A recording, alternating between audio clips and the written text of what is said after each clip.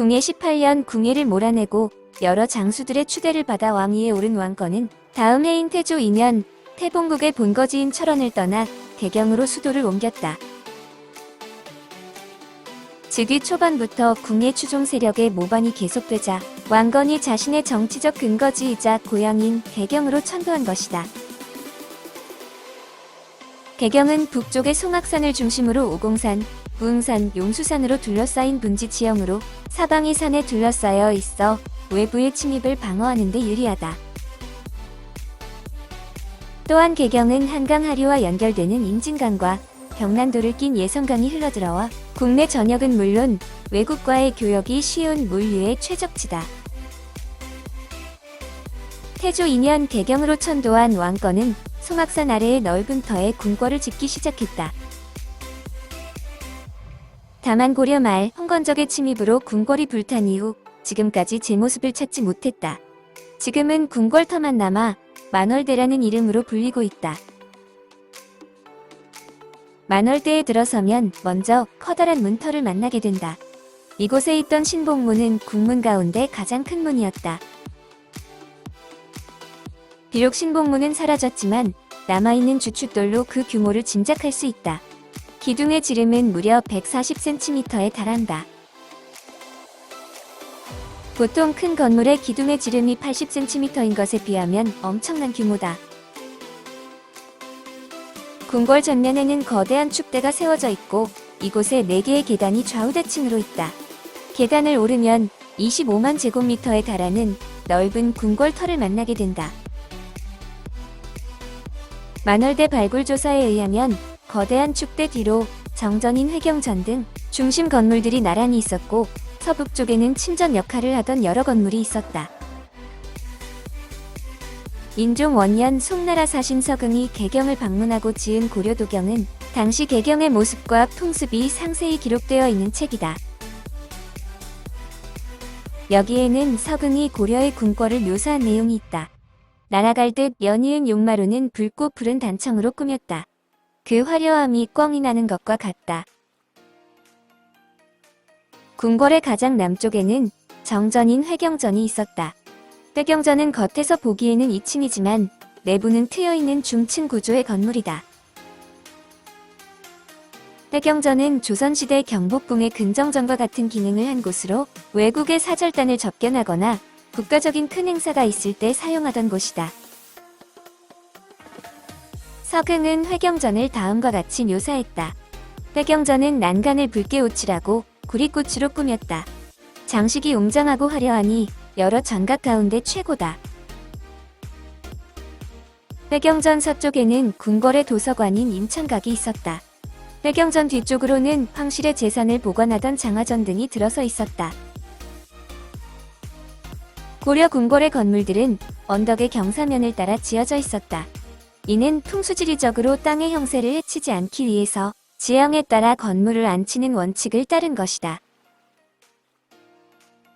이렇게 하면 건축물이 뒤로 갈수록 점점 높아지게 되므로 더욱 웅장하고 위험있게 보인다. 개성의 고려 박물관에는 만월대에서 출토된 유물들이 전시되어 있다. 이곳에는 봉헌문의 막새, 당초문의 벽돌, 동물 모양의 잡상, 기둥 및 장식 원형 돌 조각 등이 있다. 특히 눈길을 끄는 것은 청자기와다. 고려사에는 궁궐의 정자를 청자기와로 꾸몄다는 기록이 남아있다. 고려 궁궐 주위에는 약 2km의 궁성이 있다. 그런데 궁성 바깥쪽에서 또 하나의 성이 확인된다. 그곳에는 흙을 다져 쌓은 토성의 흔적이 남아있다.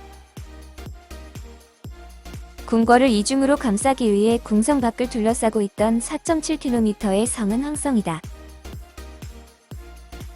궁성과 황성 사이에는 삼성 6부를 비롯한 중앙관청과 별궁이 있었다. 별궁은 왕의 종친에게 내려준 궁이다. 고려는 왕족들에게 공작, 후작, 백작 등의 자귀를 주고 각각 다른 이름의 궁을 하사했다. 이처럼 국왕이 거처하는 곳을 황성이라 하고 왕자와 종친들이 거처하는 곳을 궁이라 한 것은 고려가 황제국 체제를 지향했다는 중요한 증거다. 고려를 개국한 왕건은 천수, 광종은 광덕과 준풍이라는 독자적인 연호를 사용했다. 실제로 청주에 있는 용두사지 철당간에는 준풍 3년이라는 명문이 남아있다. 의종 24년에는 일본이 보물을 바치며 고려의 왕을 황제라 칭했는데 이때 신하들은 황제에게만 하는 만세를 외쳤다.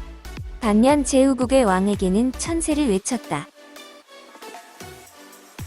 황제국에서 사용하던 군문은 5개다. 그래서 고려의 궁궐에서 왕이 있는 정전인 회경전에 이르기까지는 5개의 문, 즉 광화문, 승평문, 신복문, 창안문, 회경문을 지나게 된다.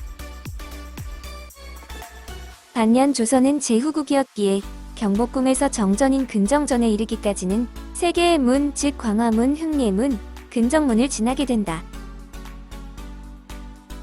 광종 11년 광종은 수도 개경의 지명을 황도로 고쳤다. 고려는 약 50년간의 내전을 극복하고 천하를 통일했다는 자부심을 갖고 있었다. 게다가 궁예 7년 당이 멸망하고 동아시아의 강력한 패권국이 사라지자 고려가 천하의 중심이라는 자존의식을 갖게 되었다. 이는 고려가 황제국을 지향하게 하는 배경이 되었다. 개경에는 궁성과 황성 외에 개경 전체를 둘러싸고 있던 외성, 즉 나성이 있다. 외성의 길이는 총 23km로 한양 도성의 18.6km보다 길다. 목종 12년에 시작된 외성 공사는 20년 만인 현종 20년에 끝났다. 외성에는 설치된 성문이 25개로 조선시대 한양의 성문이 8개였던 것과 비교하면 3배가 넘는다. 개경에는 외성 안쪽에 남대문을 지나는 또 하나의 성, 즉 내성이 있다. 남대문을 정남문으로 하는 내성은 궁성을 보다 가까이에서 방어하기 위해 고려 후기에 세워진 것이다. 황성이나 외성과는 달리 내성은 그 모습이 비록 일부이기는 하지만 비교적 잘 남아있다. 개경에는 이렇게 궁궐을 지키는 4겹의 성, 즉 궁성, 황성, 내성, 외성이 있었다. 남대문에서 만월대가 있는 북서쪽으로 이어지는 도로는 고려시대의 중심도로다. 길 양쪽으로 시전이 있었고 그 뒤에 민가가 밀집해 있었다. 고려시대 민가가 있었던 자리는 현재 한옥 보존지구로 정해져 옛 기와집들이 그대로 남아있다. 개경은 외성을 기준으로 크게 5부로 나누어지는데 이는 더욱 작은 행정단위인 35방 340사리로 나누어진다.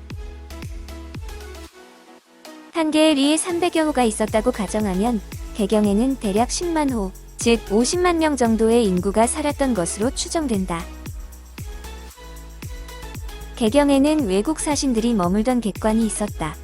순천관은 중국의 사신들이, 영은관과 인은관은 거란의 사신들이 묵었던 객관이다. 영선관과 영은관은 여진의 사신들이 묵었던 객관이다. 이 밖에도 각 나라의 상인과 여행자를 위한 객관이 따로 있었다. 개경은 수많은 사람이 오가던 국제적인 대규모 도시였다.